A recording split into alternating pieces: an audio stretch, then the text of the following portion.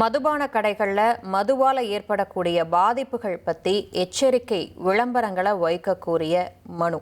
இதில் தமிழக சுகாதாரத்துறை முதன்மை செயலாளர் பதிலளிக்கணும் அப்படின்னு சென்னை உயர்நீதிமன்றம் உத்தரவிட்டிருக்கு.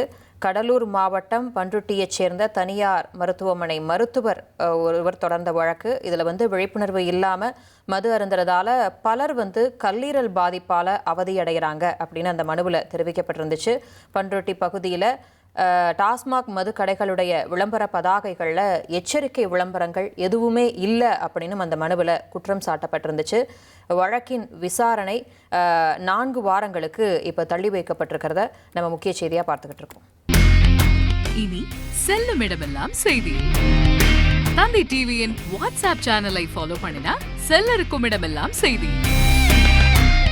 இதோ QR கோட் இப்பவே ஸ்கேன் பண்ணுங்க, ஃபாலோ பண்ணுங்க.